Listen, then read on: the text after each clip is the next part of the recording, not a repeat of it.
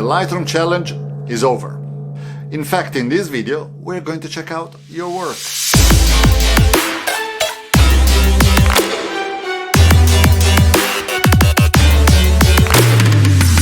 Welcome to my channel. Here we talk about photography and I make videos just like this one, where we look at your photos. So if you're here for the very first time, it might be a good idea to subscribe. A few things I like to say before jumping into your photos. First thing, thank you very much. I saw almost 200 photos posted on Instagram with the hashtag Lightroom challenge. It's fantastic. I really appreciate that so many of you decided to take part to this challenge, which really is not a challenge, just a photo edit assignment. Next thing, and this is related to the criteria that I used to select the photos that I'm going to show you. I'm not going to show you what I thought are the best photos. I'm going to show you the photos that impressed me more for the work that has been done in Lightroom. That's why it was important to see the before picture in order for me to understand what kind of adjustments you guys did to the photos and how you brought those photos to life. Good. One more thing. I received a comment that was suggesting what we could do for the next Lightroom challenge. Unfortunately, I cannot find the comment. I will put some more efforts because I think this person deserves some visibility. It's a smart comment. I want to give you his name. Nevertheless, this guy is suggesting that the next challenge should be about editing one of my photos. So basically, everyone is editing the same photo. I will give you a raw file and you will do the edit. At the end of this video, after I show you your photos, I will give you some more details about this challenge. But now, let's open Instagram and check some of your photos. So what I did is that I saved the photos that I thought I wanted to share in this video. If I go here, saved, let's go. P. Novak, this is the before, this is the after. Why I selected this photo is that because I think he did a very, very good job in both enhancing the fall colors, and then also I really like the contrast on the water ripples that, in my opinion, are giving a very good depth to this image. So very, very good job. Next photo here, crystalline photography. So this is the before, this is the after. I really like the color treatments that crystalline did in this photo. I hope I pronounce all the names correctly, but if not, be patient. And even if on the left side of this image we can clearly see there is some overexposed areas in this photo, I do like the mood that crystalline was able to create in this image.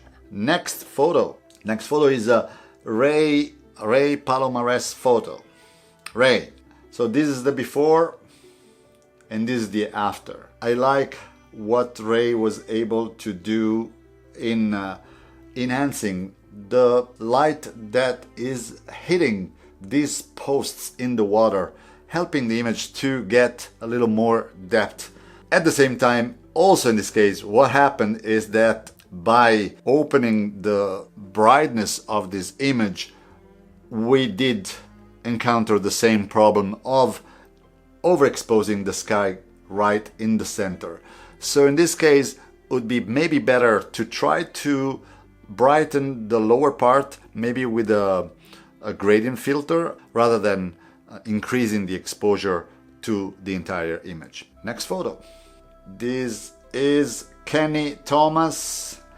Kenny Thomas, this is the before, which has its own mood, interesting anyways.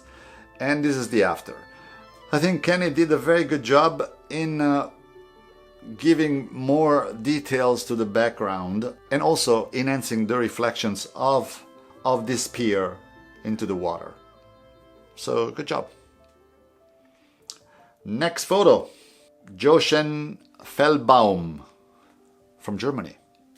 The Tower Bridge in London, before, after, very nice job. You can see how the Tower Bridge was kind of overexposed, and now we have very nice details on the towers, on the bridge.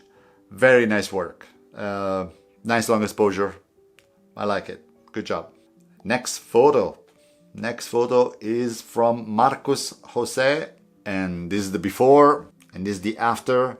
Marcus was able to bring up more details from the darker areas of the photos without creating too much noise. So, thumbs up. Next photo. Next photo is Kevin Nash. I thought this was a very, very good shot, first of all, even without any correction.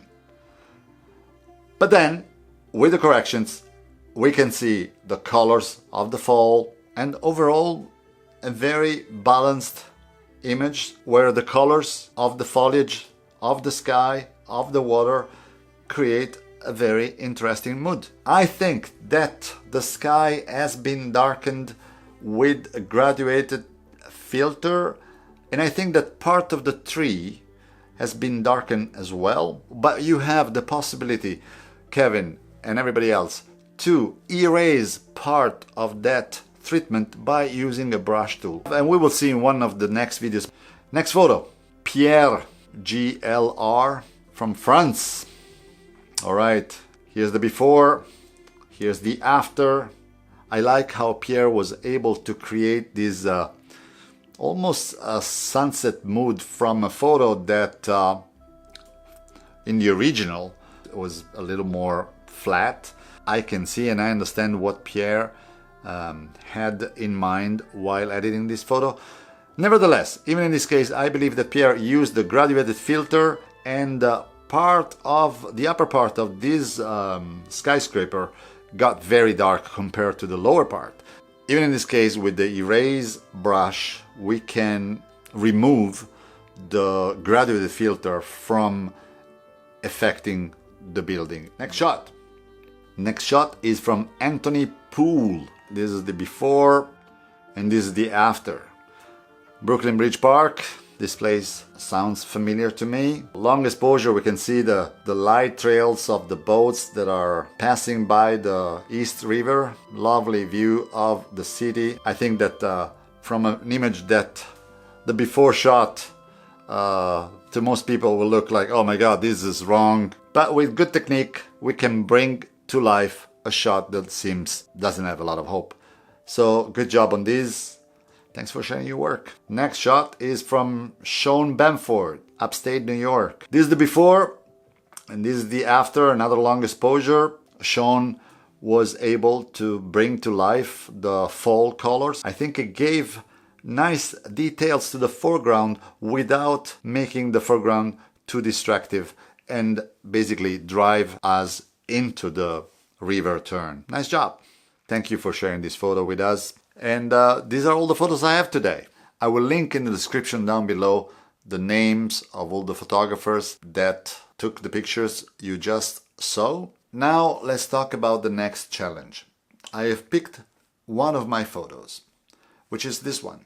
So as you can see, this is a 15 seconds exposure, f8, ISO 64. Clearly I used an ND filter. I used the 10 stops ND filter in order to get this daylight long exposure. And as you can see, I don't have a very nice histogram. My curve is all on the left. Exactly the opposite of what I usually would like to achieve. I was not very happy with this shot. And by the way, this is a beautiful waterfall in the Columbia River Gorge in Oregon. Unfortunately, it is very popular, so there's a lot of people around me, on the bridge, everywhere. Nevertheless, I did edit this photo, and this turned out to be one of my favorite photos. Interesting, isn't it?